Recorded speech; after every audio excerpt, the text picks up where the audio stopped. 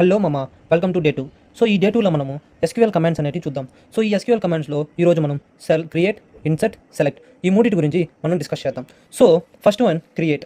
So అసలు create అంటే ఏంటి? సో క్రియేట్ అంటే ఏంటంటే డేటాబేస్ని కానీ టేబుల్స్ని కానీ మనం ఈ కమాండ్ అనేది యూస్ చేసుకొని క్రియేట్ చేయొచ్చు.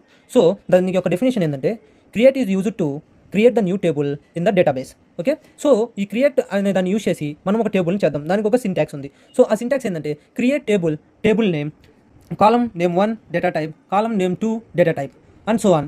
సో ఈ కమాండ్ ఈ సింటాక్స్ యూస్ చేసుకొని మనము ఒక స్టూడెంట్ టేబుల్ అనేది క్రియేట్ చేద్దాం. సో క్రియేట్ టేబుల్ నేమ్ అనే ప్లేస్లో నేను స్టూడెంట్ అని ఇస్తున్నాను. నా టేబుల్ నేమ్ వచ్చేసి స్టూడెంట్. సో నేను ఐడి కావాలనుకుంటున్నా, నా కాలంకి అండ్ నేమ్ కావాలి అని అనుకుంటున్నా. సో ఎప్పుడైతే నేను ఈ సింటాక్స్ రాస్తానో నాకు టేబుల్ అనేది ఈ విధంగా డిస్ప్లే అవుతుంది. సో నెక్స్ట్ వన్ వచ్చేసి ఇన్సర్ట్ అనేది ఏంటంటే it is used to insert the records in to the table. మనము కొన్ని స్టూడెంట్స్ యొక్క రికార్డ్స్ని టేబుల్లోకి ఎంటర్ చేయాలి కాబట్టి ఈ సింటాక్స్ అనేది యూస్ చేసుకొని మనము రికార్డ్స్ అనేది ఎంటర్ చేస్తాం. సో ఇక్కడ చూసుకుంటే సింటాక్స్ వచ్చేసి insert into table name value 1 value 2. For example student డేటాని ఎంట్రీ చేస్తున్నాం. Insert into student value ID number 1 and name వచ్చేసి Rahul and the third one వచ్చేసి సెలెక్ట్.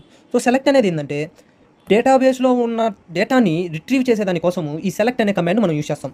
సో దీని యొక్క డెఫినేషన్ ఏంటంటే it is used to retrieve the data from table.